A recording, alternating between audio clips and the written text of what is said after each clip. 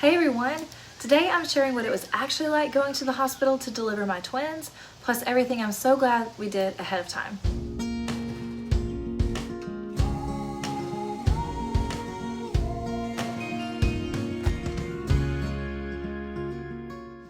If we haven't met yet, my name is Lindsay and I've been a nurse for over 10 years and I'm a twin mama. At the time of my twins' delivery, I had been a NICU nurse and a nurse educator, and even with that background, twin pregnancy, delivery, and recovery still kept me on my toes. One thing that I learned is to be ready early. One of the biggest lessons with twins is don't wait. And this is important for a singleton pregnancy too. We had everything ready early. Hospital bags packed, diaper bags ready, car seats installed, and I'm so glad that we did. At 35 weeks and 6 days, I went to a routine appointment and ended up being sent straight to the hospital for delivery due to preeclampsia. There was no going home, no extra preparation. It was go time. If you are looking for a video about twin pregnancy, please see my previous video that I have linked in the description below. I will also be doing another video as a part of this series to cover how to survive the newborn stage with twins.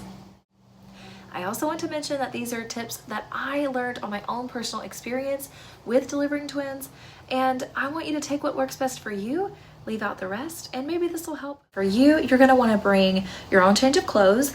I would focus on whatever is comfy, so loose, high-waisted, nursing-friendly pajamas, or a gown, whatever you like and you're gonna be comfy in, you're good to go. I also brought my own chapstick and lotion. That hospital air is really dry, and it was nice to have my own lotion. I still think of my girls and that special newborn time at the hospital when I smell that specific scent of lotion. For toiletries, you'll need a toothbrush, toothpaste, deodorant, and body wash, and any other toiletries you think you may need. The hospital does have these things, but let me tell you something. That first shower after your delivery is absolutely magical. There's something about it, and there's something about having your own toiletry products that just make you feel human again. So if you get into a bind, the hospital does have these things for you, but I do prefer to bring my own, and you might as well. I also brought my own hair products and some light makeup if that helps you make you feel a bit more like yourself. Let's be real though, nobody expects you to look like a rock star, especially after you have delivered a baby or babies. So if you enjoy wearing makeup, it may be helpful to feel more like yourself or make you feel more confident to take some pictures in the hospital. It is sweet to have some newborn photos, so if you wear makeup and you want that, just make sure you bring some light stuff. Another thing that was super helpful for me is to have some slip-on shoes. These need to be a little loose fitting and things that you can easily slide into, because a lot of times you will have some swelling after delivery and you need to be prepared for that. Some helpful extras as well, maybe a small fan if that's something that you enjoy. I just wouldn't bring anything that requires a plug-in. You also want to bring an extra long phone charger. I don't know who designed the outlets in the hospitals, but they are never close to the patient bed. Okay, you also may want to bring some snacks, especially for your partner. You won't be able to eat a lot, but your partner will, and after you deliver, you can have as much as you want. But before then, you'll only probably be able to eat clear liquids. So we packed some snacks for my husband, and I'm glad I did. It was nice just to have a little something, especially in the odd hours when the cafeteria may be closed or the vending machines aren't close by. Another thing that was helpful for us to bring is a boppy pillow or a nursing pillow. They actually make one specifically for twins called My Breast Friend, and I loved this thing. It was super comfy. Even if I was not breastfeeding in that moment, I just enjoyed using it. It was cozy. It's not necessary, but they usually have pillows.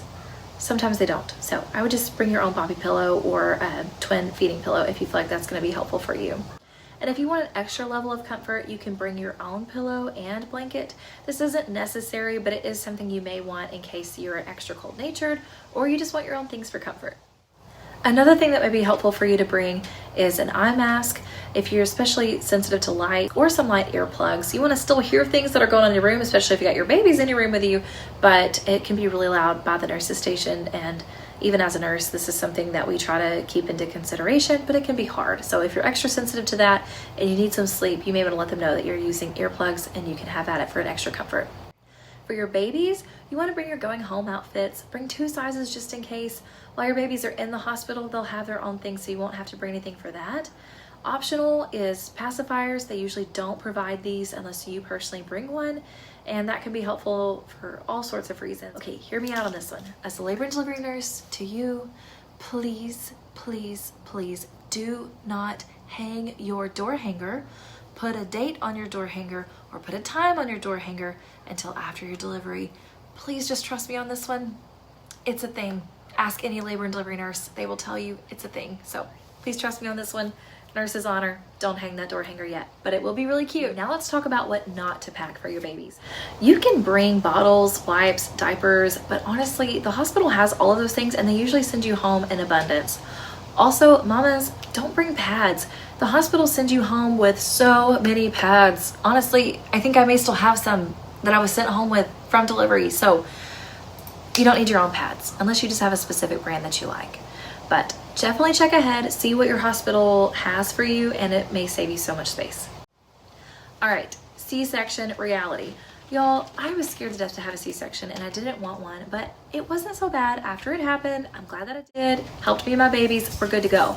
But nobody told me about shaking after the C-section. In recovery, I was shaking so hard and I felt like something was wrong, but it's really intense, but it's normal. Also, you may feel really nauseous. Just tell your nurse or anesthesia immediately so they can treat it fast. And if you've had previous surgeries and you know that you struggle with nausea, then you may want to let them know ahead of time so they can pre-treat you for that. I also think it's important to mention here that sometimes these medications can make you really sleepy. And in my case, it literally like knocked me out.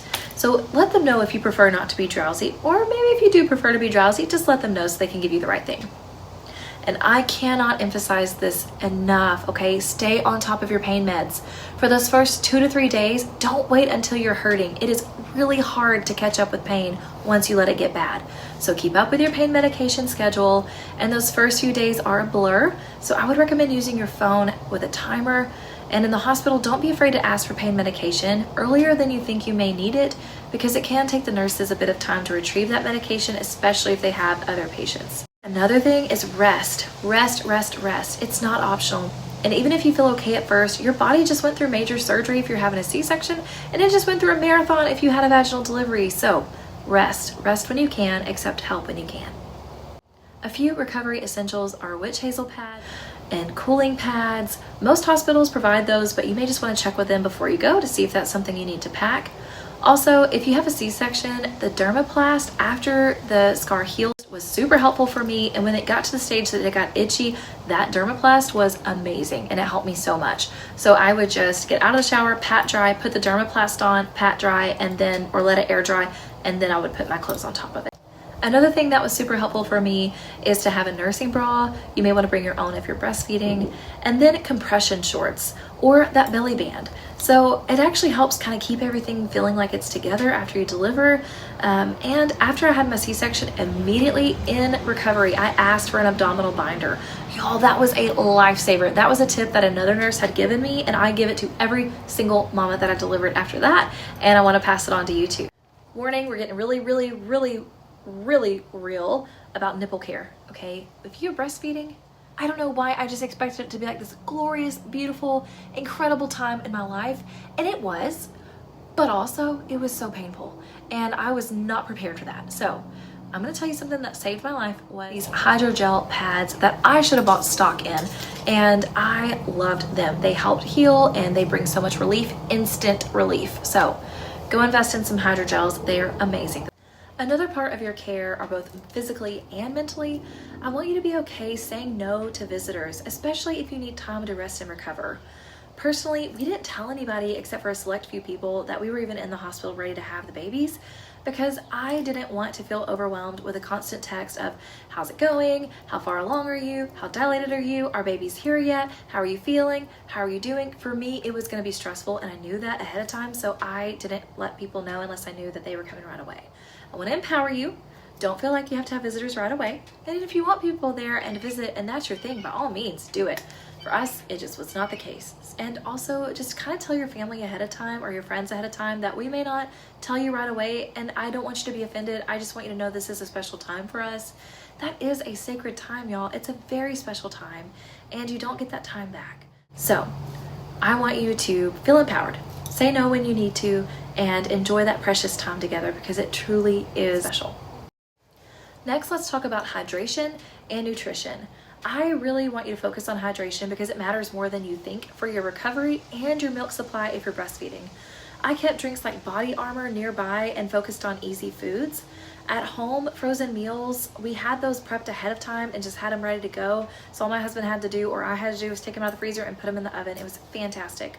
Also, we had some friends and family that brought by some food, and you can even do a meal train. So accepting help can be it can be a big difference, so I recommend it. I don't feel like I would do you justice if I didn't say at least something about warning signs. You should receive some kind of education about this before you leave the hospital, but just in case you don't, please, please, please listen to your body. I personally experienced postpartum preeclampsia, and it can get really scary. I've seen so many times when people have postpartum complications, even if their pregnancy and delivery was perfectly normal. So if you notice anything that seems off, please let your provider know. Last thing I want to share with you is that you need to be prepared for NICU time, especially as a twin mom or multiples, but honestly, any delivery can go this way. Sometimes babies, especially twins, can be born premature, and this may mean they need some extra time in a neonatal ICU for a little extra care while they grow. And the NICU can be a wonderful and magical place, as well as a very challenging time for parents. I often refer to it as the NICU roller coaster because if you have an extended stay in the NICU, it's usually filled with ups and downs. I say that to say to mentally prepare, because if it doesn't happen and you're mentally prepared, you're fantastic. And if it does happen and you're not prepared, it can be really, really hard, even more so than if you were prepared.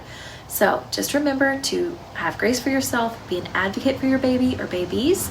Also remember, a setback does not mean failure, and give grace to yourself. You are both learning during this stage. Prepare early, pack smart, accept help.